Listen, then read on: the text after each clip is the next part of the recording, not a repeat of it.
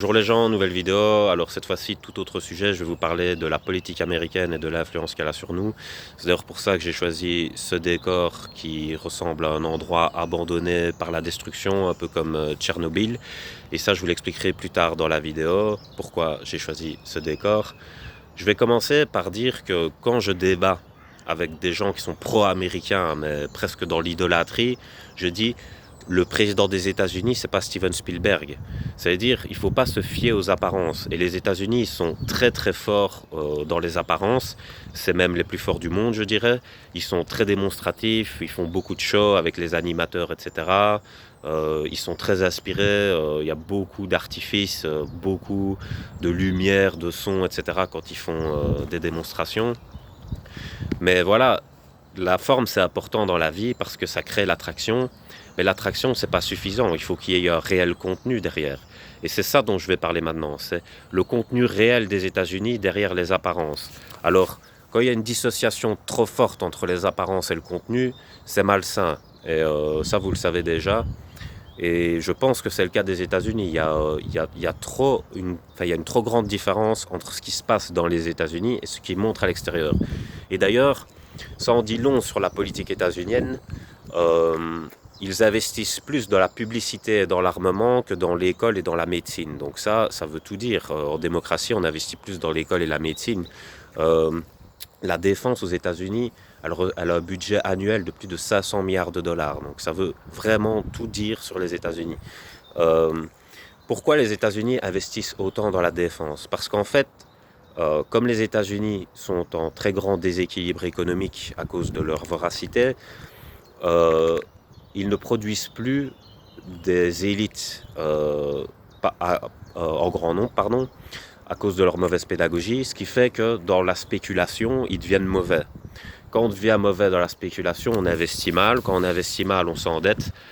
Et quand on s'endette, on perd le respect à l'international. Alors qu'est-ce qui se passe? Il n'y a pas 36 solutions.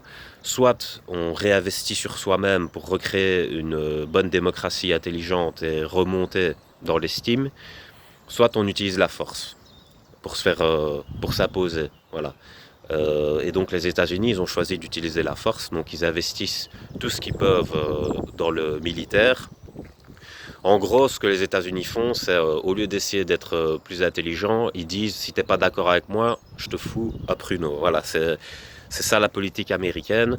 Donc, ce que les Américains font quand ils s'endettent, c'est qu'ils vont coloniser, qu'ils prennent les ressources chez les autres, et en s'appropriant les ressources, ben, ils effacent leurs dettes. Donc ça, c'est ce que les États-Unis font tout le temps. Au lieu d'essayer de réparer ce qui ne va pas à l'intérieur de chez eux, ils vont chez les autres foutre le bordel pour régler leurs dettes. Donc voilà, ça c'est déjà pas très bon. Euh, et puis ce que je voulais dire, c'est par rapport au tourisme, c'est que les touristes d'ici qui vont aux États-Unis, ils reviennent avec des bons souvenirs et avec une bonne publicité des États-Unis. Pourquoi? Parce que pour aller aux États-Unis d'ici, il faut déjà avoir de l'argent. C'est pas gratuit l'avion.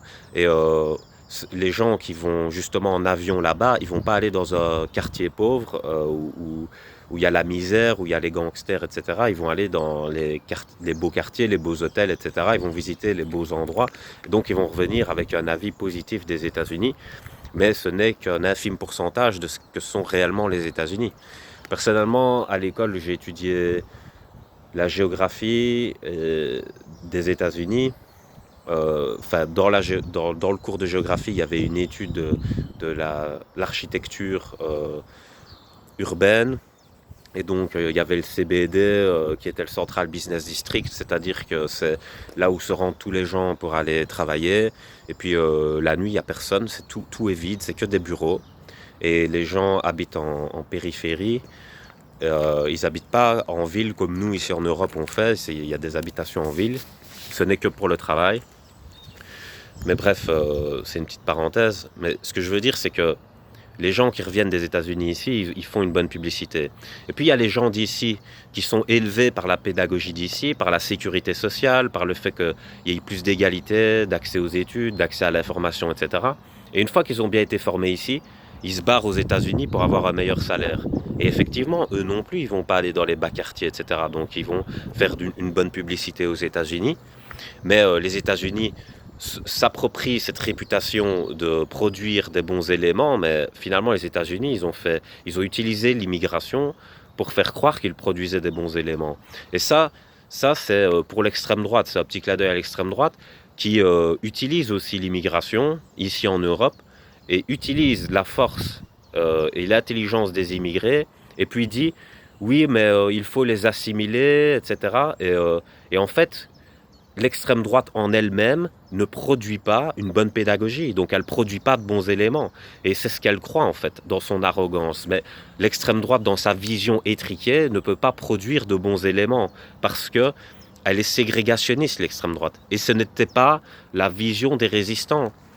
Vous croyez qu'un résistant, quand il sauvait une vie, se disait oui, est-ce que la personne est de telle couleur, ou est-ce qu'elle a telle couleur de cheveux, ou telle chaussette ou... Non, c'était sauver une vie pour un résistant. On sauvait un humain. Et d'ailleurs, dans la liste de Schindler, il y a une phrase qui vient du Talmud qui dit « Qui sauve un homme, sauve l'humanité ». C'est métaphorique, mais en fait, c'est qui sauve une vie. C'est pas un homme, c'est un homme avec un grand H. C'est qui sauve une vie, sauve l'humanité. L'humanité dans son sens métaphysique, pas la grande humanité, mais l'humanité dans le sens avoir de l'empathie. Qui sauve une vie, sauve l'empathie. C'est ça que ça veut dire en gros. Et l'extrême droite, elle n'est pas du tout dans cette optique-là. Donc elle est la mauvaise héritière des résistants. L'extrême droite, elle est l'héritière ingrate des vrais résistants en fait. Et elle n'est pas à la hauteur de ses ancêtres. Parce que les vrais résistants, c'était des universalistes. C'est eux qui ont construit la sécurité sociale. Et la sécurité sociale, elle ne dit pas « Toi, tu as droit à la sécurité sociale parce que tu as des chaussettes bleues. Toi, tu n'y as pas droit parce que tu as des chaussettes rouges. » C'est pas comme ça, c'est pas dans cette optique-là qu'ils ont créé la sécurité sociale. Ils l'ont créée dans l'optique collectiviste, c'est-à-dire que dans la vie, comme on est des humains faillibles et qu'on n'est pas parfait, il peut nous arriver des accidents, etc. Et on peut amortir le choc de ces accidents en étant collectif. C'est-à-dire si un jour une personne ne va pas bien, je la remplace parce que moi je vais bien aujourd'hui. Et demain c'est moi qui ne vais pas bien et c'est elle qui me remplace. Parce que je ne saurais pas être là en fait. Et avec cette intelligence, c'est comme ça qu'on a construit la sécurité sociale et que ça aide chacun d'entre nous. Et c'est l'arrogance qui fait qu'on est en train de se mettre une balle dans le pied en voulant copier le modèle des États-Unis, parce que là-bas, il n'y a pas de sécurité sociale. Là-bas, les gens, ils doivent cumuler des emplois et ils ne font que travailler, c'est des esclaves. Ils cumulent des emplois et ils n'ont pas droit à la pension. Donc, ils doivent payer une assurance pension pour espérer avoir des ressources quand ils seront vieux. Parce que s'ils ne pensent pas à leur pension, ils seront vieux sans argent et on va les laisser mourir comme ça. Parce que cette vision individualiste aux États-Unis, elle vient de l'esprit entrepreneurial hyper libertaire.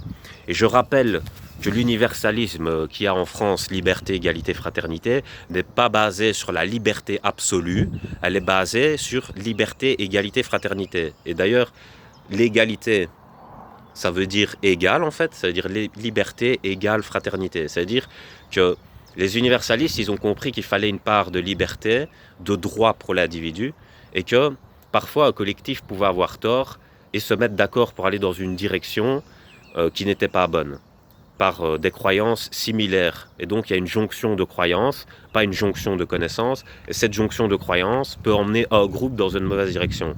Donc c'est important de préserver une part d'anarchie dans une société, dans le sens où on peut exprimer le fait qu'on n'est pas d'accord, parce que ça permet de remettre en question, de changer de perspective, et donc de reprendre le bon chemin. Si on prend le mauvais chemin et qu'on n'autorise pas la remise en question, on ne peut pas sortir du mauvais chemin, tout simplement. Donc on a besoin de cette part de liberté, de droit, d'espace dans une société. Et puis, il y a la fraternité. Donc ça, c'est le devoir collectif. C'est-à-dire que la liberté n'est pas absolue. Si je fais ce que je veux, je ne respecte pas autrui, puisque autrui est quelqu'un d'autre que moi. Autrui n'est pas moi, il n'a pas les mêmes désirs que moi. Donc si moi j'ai un désir et que je l'absolutise, je dis autrui a les mêmes désirs que moi. Et s'il n'a pas les mêmes désirs que moi, il y a un bug dans ma matrice, et donc je dois régler ce bug. Donc soit je me supprime, soit je le supprime lui. Et donc voilà comment on crée le fascisme, par l'excès de liberté. C'est-à-dire que les dictateurs faut pas croire qu'ils étaient hyper sécuritaires. Ils étaient sécuritaires pour avoir le contrôle sur les autres, mais pour eux-mêmes, ils étaient hyper libertaires. C'est-à-dire que leur volonté était absolue. C'est d'ailleurs pour ça qu'Hitler aimait bien Nietzsche, parce que Hitler pensait que sa volonté pouvait être absolue et qu'il pouvait imposer sa volonté déviante à tout le monde. Parce que la volonté, elle émane de ce qu'on pense, mais il suffit qu'on ait des virus dans le crâne remplis de croyances, et on impose n'importe quoi aux gens, ce qui a été le cas de Néron, de Caligula, etc. Donc, c'est important aussi de respecter la part fraternité, c'est-à-dire que j'écoute l'autre, l'autre a quelque chose à m'apprendre, moi aussi je peux être en état de faiblesse, que ce soit physique ou psychologique, et donc si je suis en état de faiblesse, j'ai besoin de l'autre comme l'autre peut avoir besoin de moi. Et donc, il faut considérer autrui comme son frère ou sa sœur, et c'est comme ça qu'on évolue dans une société démocratique. Donc c'est liberté égale fraternité, sens de l'individu, sens du collectif. Voilà. Et aux États-Unis, le fraternité, il a disparu à part pour le militarisme, c'est-à-dire on est frères pour aller se foutre en l'air pour des gens qui s'en foutent de nous et qui veulent juste faire de l'argent sur notre dos, sur notre malheur, et qui ne savent pas stopper leur avarice. Donc voilà, c'est un système qui est pas bon du tout. Alors, pardon, je vais parler de la misère états-unienne parce qu'il y a des villes qui sont complètement abandonnées, où on n'investit plus dans les hôpitaux, dans les petits commerces, donc les petits indépendants doivent fermer. On ne fait pas payer d'impôts aux grosses entreprises, mais les petites ont des charges abominables. Et la concurrence fait qu'ils n'arrivent pas à suivre au niveau du travail. Donc voilà, si on ne leur donne pas des subventions, ils ferment. Donc il y a des villes entières qui ferment aux États-Unis. Et d'ailleurs, on peut acheter une maison aux États-Unis à un prix dérisoire. Mais c'est un gros piège encore. C'est pour essayer de repeupler certains endroits.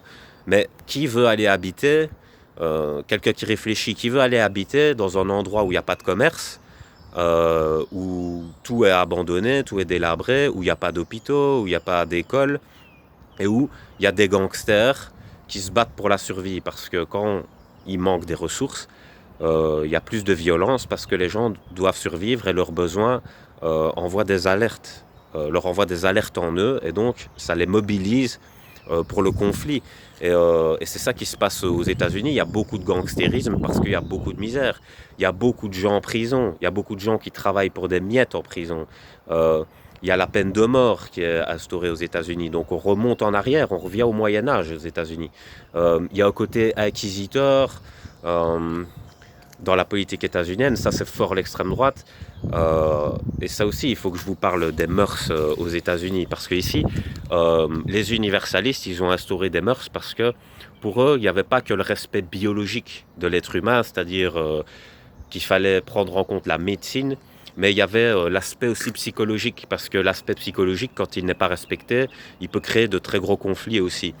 Donc il faut respecter aussi les émotions des gens, et c'est pour ça qu'on a instauré certaines mœurs et qu'on interdit d'autres ici, et je vais vous expliquer lesquelles. Par exemple, ici on a interdit les harems, on a interdit le mariage forcé, on a interdit la pédophilie, on a interdit la lapidation, etc. Parce que dans ces pratiques, il n'y a pas d'empathie pour autrui. Je prends l'exemple de harem. Ça, c'est de l'avarice. Donc, c'est une forme de capitalisme. C'est comme un capitaliste qui veut avoir 15 maisons. Donc, c'est comme s'il avait le don d'ubiquité, qu'il était présent, omniprésent dans les 15 maisons.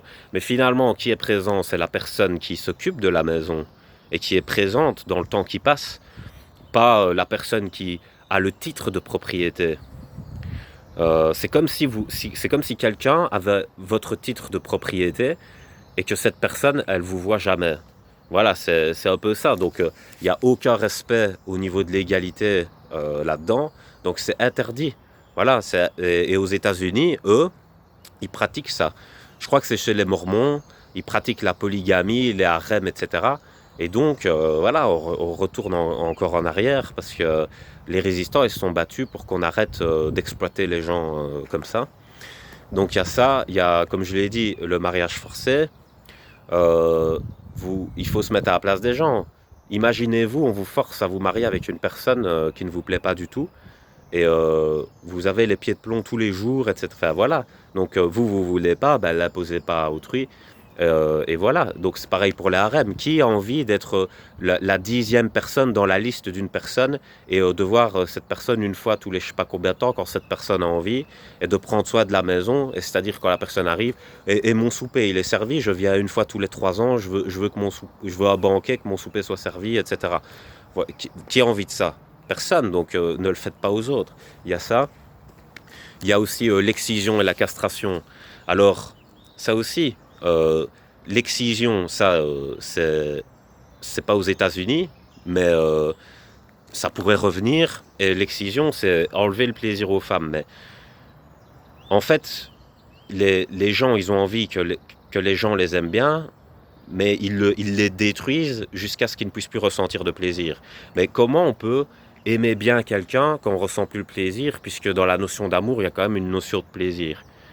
Donc, qu'est-ce que c'est que cette vision incohérente? Et dans la castration, c'est pareil, parce que c'est un clin d'œil au féminisme radical, et le mouvement des féministes radicales vient des États-Unis.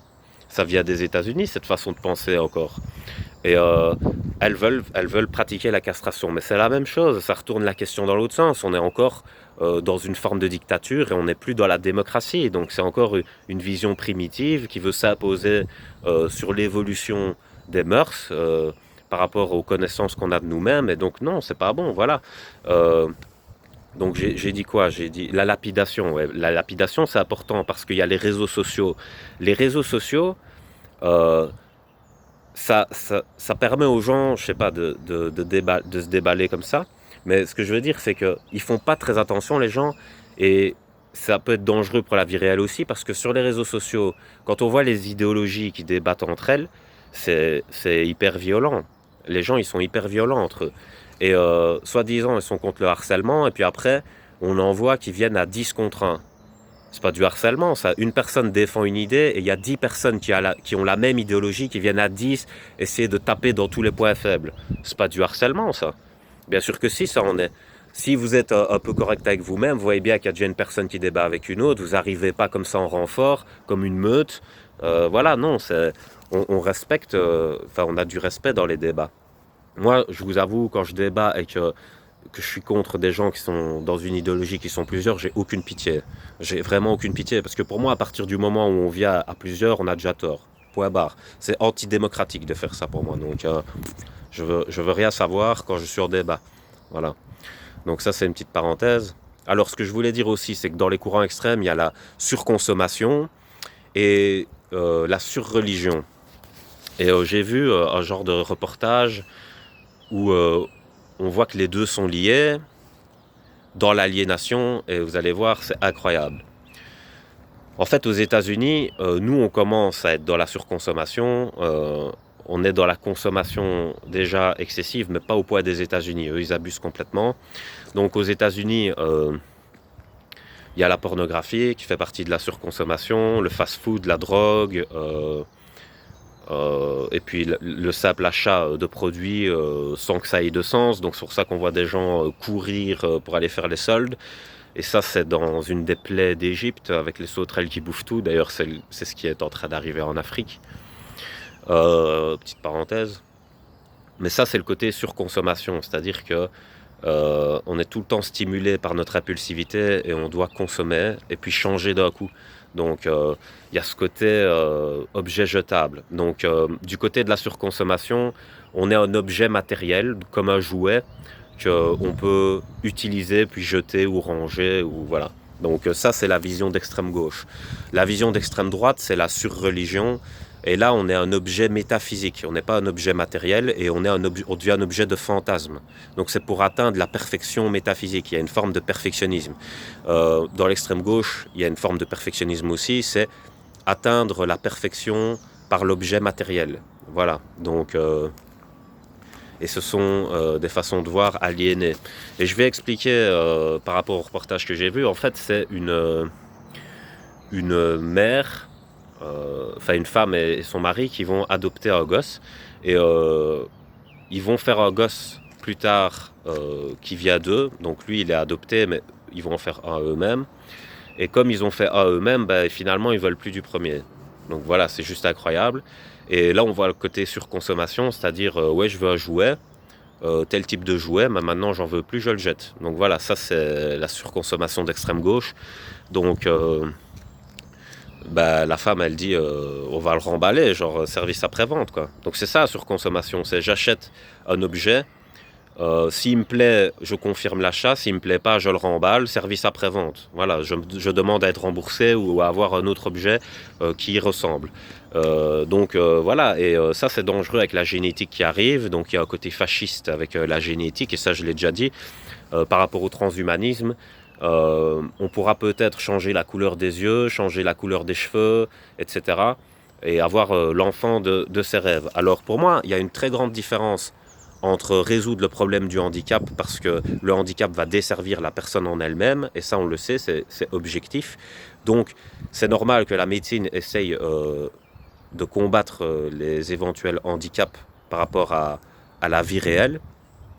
Mais là, on n'est plus du tout là-dedans. Il y a un monde d'écart entre choisir des caractéristiques superficielles par rapport à sa volonté déviante, ou essayer de résoudre des problèmes de handicap pour la personne en elle-même. C'est-à-dire que ça, c'est de l'empathie. On pense à la personne et à la vie qu'elle va avoir. On ne pense pas à sa petite personne à soi et ce qu'on veut comme gosse, comme jouet, quoi. Donc, il y a une différence. Et ça, c'est dangereux avec la génétique, de jouer avec ça. Et donc, comme je dis, il y a le côté service après-vente et tout. Et puis, là, il y a le côté surreligieux qui vient. C'est-à-dire que cette femme et son mari, ils vont prier. Ils vont prier Dieu et ils vont dire on va faire une prière pour toi, pour que Dieu t'accompagne. Donc ça, c'est une manière de se donner bonne conscience par Dieu. Et c'est pas une question de croire ou pas en Dieu. Je veux blesser personne là-dedans. Mais c'est la façon dont Dieu est utilisé. Si Dieu existe, prenons l'hypothèse que Dieu existe, il va être content qu'on lui remette ça sur le dos. Ben oui, Dieu, charge-toi de l'enfant que je viens d'abandonner. C'est de ta faute, Dieu, de toute façon. T'as qu'à t'occuper de tes enfants. Ben oui, il va être très content, Dieu, que tu sois capable de prendre tes responsabilités comme ça. Enfin bref, c'est une petite parenthèse. Donc vous voyez bien, il y a l'aliénation des deux, quoi. Le côté bonne conscience, je te remets à Dieu, et puis l'autre côté, service après-vente, j'ai pas à culpabiliser. Un objet, c'est un objet, ça ne ressent rien. Je peux jeter un objet contre le mur et voilà, ça ne fait rien. Donc les deux aliénations combinées, ça donne quelque chose d'assez délirant. Et c'est pour ça, pour moi, les États-Unis, c'est vraiment pas un modèle à suivre, pas du tout. Aller vivre là-bas, c'est incroyable. J'ai encore d'autres choses à dire, ça fait déjà 20 minutes, mais franchement, sur les États-Unis, il y a plein de trucs à dire. Le port d'armes. Ici, le port d'armes, il est interdit. Pourquoi ? Parce qu'on est assez intelligent pour développer l'empathie, de se dire, si tout le monde est armé, tout le monde est en danger. Parce que c'est l'arrogance qui fait que, en se croyant armé, on est protégé plus que quand on ne l'est pas. Et ça, je vais l'expliquer. Les gangsters dans la rue, ils se tirent dessus aux États-Unis. Il y a plein de fusillades tout le temps. C'est peut-être pas bien relayé par les médias ici. Dans les statistiques des gens corrompus, ils essayent de faire croire qu'un pays qui autorise le port d'armes a moins de fusillades qu'un pays qui interdit les armes. Donc ça, c'est très logique au niveau mathématique. C'est sûr que un pays qui est en paix a moins de chances d'être en paix qu'un pays qui vend des armes n'a de chance d'être en guerre. Enfin voilà, c'est un peu mélangé comme ça, c'est un peu confus, mais c'est ridicule pour moi. Statistiquement, c'est pas possible qu'un pays qui autorise pas le port d'armes ait plus de fusillades. Donc aux États-Unis, c'est rempli de fusillades tout le temps. Et justement, ça monte le degré d'anxiété parce que la police là-bas, ils sont parano, parce que si tout le monde est armé, tout le monde a de quoi leur tirer dessus. Et donc, quand ils vont en intervention, ils ont peur parce que c'est des êtres humains, ils risquent leur vie. Et cette peur peut mener à des bavures parce qu'ils vont essayer d'anticiper pour ne pas, eux, se faire avoir. Donc, ils vont aller trop vite. Et parfois, c'est des gens innocents qui ont laissé sous-entendre des prémices qui en fait étaient faux, mais on s'en rend compte trop tard, et la bavure est faite. Alors qu'ici, comme il y a ce degré en moins de violence, on laisse plus cette part de présomption d'innocence, et si c'est avéré qu'il y a culpabilité, là on fait ce qu'il faut, mais si c'est avéré qu'il y a de l'innocence, on laisse les gens vivre, et ça, c'est ça aussi le principe de la démocratie. Or, il y a plein de bavures policières aux États-Unis, il y a plein de gens qui se font tirer dans le dos. Pourquoi? Parce qu'il y a de la paranoïa qui naît du fait que tout le monde soit armé. Et puis, il y a aussi des barrières restrictives par rapport au comportement qu'on peut avoir les uns par rapport aux autres. C'est sûr que si par exemple une personne n'est pas bien dans sa peau, dans sa vie, etc., elle peut avoir des genres d'idées noires qui la poussent à vouloir agresser d'autres gens. Mais s'il y a des barrières restrictives entre elle et les autres gens, elle ne va pas pousser sa volonté jusqu'à l'acte, en fait. Ce que je veux dire par là, c'est que si vous ouvrez un magasin d'armes au coin de la rue et que la personne, elle a 10 mètres à faire, 20 mètres à faire pour aller s'acheter une arme, et puis qu'elle pète un plomb, elle prend son arme, elle tire, ben voilà, c'est trop tard, le mal est fait. Alors que si on n'autorise pas le port d'armes, il faut déjà se procurer une arme.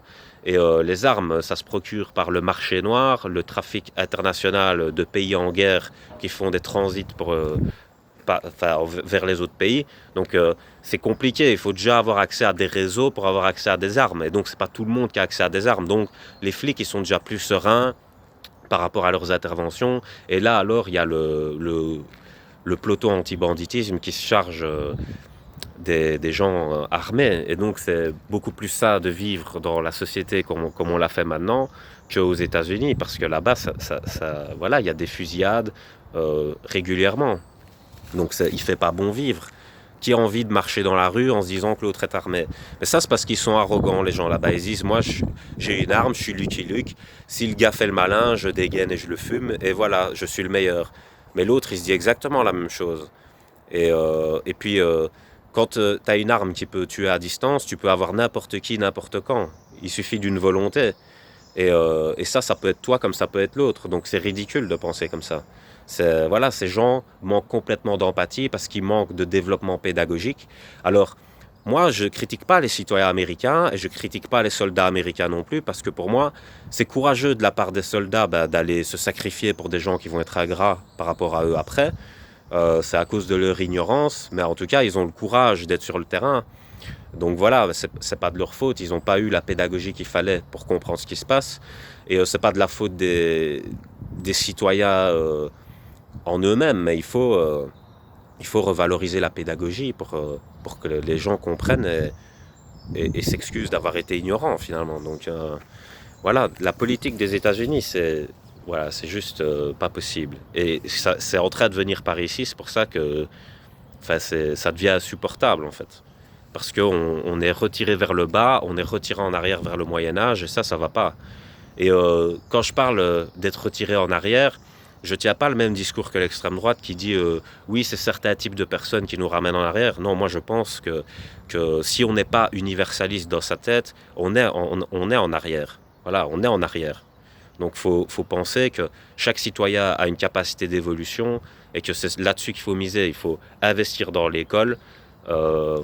Pas l'école dictatoriale qui t'enseigne qu'à être un bon robot productif pour être rentable, mais vraiment une école qui épanouit l'individu dans toute sa plénitude, dans tout son potentiel, et investir dans la médecine, évidemment, parce que si on n'a pas la santé, voilà, on n'a rien. La santé, c'est le truc le plus important. Les gens, ils disent ouais, c'est l'argent, mais tu peux être dans le meilleur endroit du monde, si tu es malade comme un chien et que tu as de la fièvre, ça changera rien. Donc la santé, c'est important. C'est un des trucs les plus importants de la vie. Donc retirer du budget de la santé pour le foutre dans la publicité, c'est vraiment ridicule, quoi. C'est vrai, le sens des priorités je sais pas, d'un joueur de casino qui sait pas s'arrêter, quoi. Et le gars, il va aller hypothéquer sa maison et il rentre chez lui, il dit, bah, désolé, je vous ai hypothéqué parce que j'avais l'appât du gain. Bah ouais, c'est super. Quel gestionnaire de famille, franchement. Donc, les États-Unis, ils sont comme ça. Un bon gestionnaire de famille, il essaye d'équilibrer son budget et de répondre à tous les intérêts des membres de sa famille. Et voilà. Donc, faut pas suivre ce genre de modèle, même si Hollywood est très tentant. Les acteurs, oui, effectivement, ils vivent chez les riches, ils sont bien payés, mais c'est ça qui est hallucinant, ce monde à l'envers où un acteur est plus idolâtré, enfin, on admire plus les acteurs qui sont des acteurs. C'est complètement faux ce qu'ils font, c'est des scènes tournées, retournées, c'est des accumulations de scènes qui ne corrèlent pas ensemble dans la réalité, parce que la spontanéité aurait rendu la scène beaucoup moins qualitative. Si on prend que les bons trucs et qu'on les met à la suite, bah, ça donne ça, mais c'est juste irréel, c'est fantaisiste. Et on devrait plutôt féliciter ceux qui arrivent à gérer la spontanéité du réel dans la médecine, quoi. Moi, j'ai plus de respect pour les infirmières, les médecins, etc., que pour les acteurs.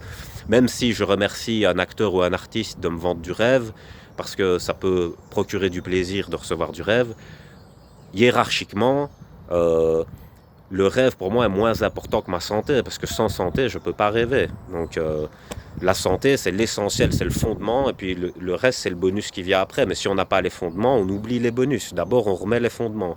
Voilà. Donc je vais terminer la vidéo sur ça, j'espère qu'elle vous a plu. Passez une bonne journée.